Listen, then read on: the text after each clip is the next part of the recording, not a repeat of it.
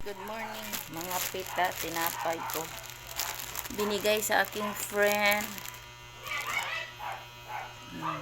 Binigyan niya ko tinapay, guys. Sabay kami kahapon nagpa-pure gold. Bumili siyang dalawa, binigay sa akin. Thank you, Lord. Daming nagmamahal sa akin, guys. Mga taong nagmamahal sa akin ng totoo. Totoong may concern sa akin. I-bless na po sila. Binigay din kagabing ulam. Binigay. Binigay din sili. Siling demonyo. Binigay din na ubi. Maraming bigay. Pinamigay din sa akin.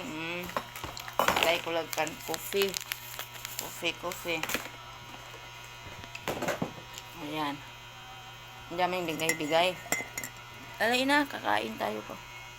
Almusal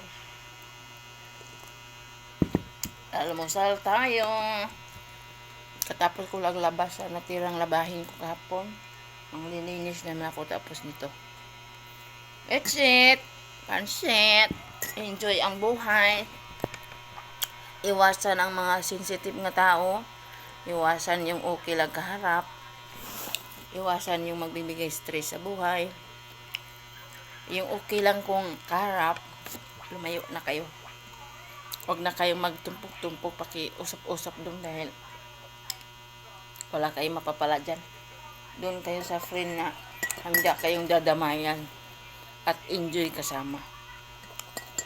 Walang masamang umiwas, lalo na't alam mo ng ugaling okay lang kung kaharap. Ayaw na ayaw ko yan. Kasi ako gusto ko enjoy ang buhay ko. Simpleng buhay. Kahit hindi gano'ng mapira, ang importante, masaya with friends. Ikaw, ano ka? Masaya ka ba? Puro ka lang balita-balita doon kung anong balitaan mo sa problema sa iba. Kaya, kulang ka sa pansin. Chua! Good morning lang. Happy lang. Be happy. And free. Okay, good morning. Lalo na sa mga may sakit yung katulad ko, i-enjoy nyo lang buhay mo. Iwasang ma-stress. Yun lamang. Thank you for watching. And siyempre, bye-bye.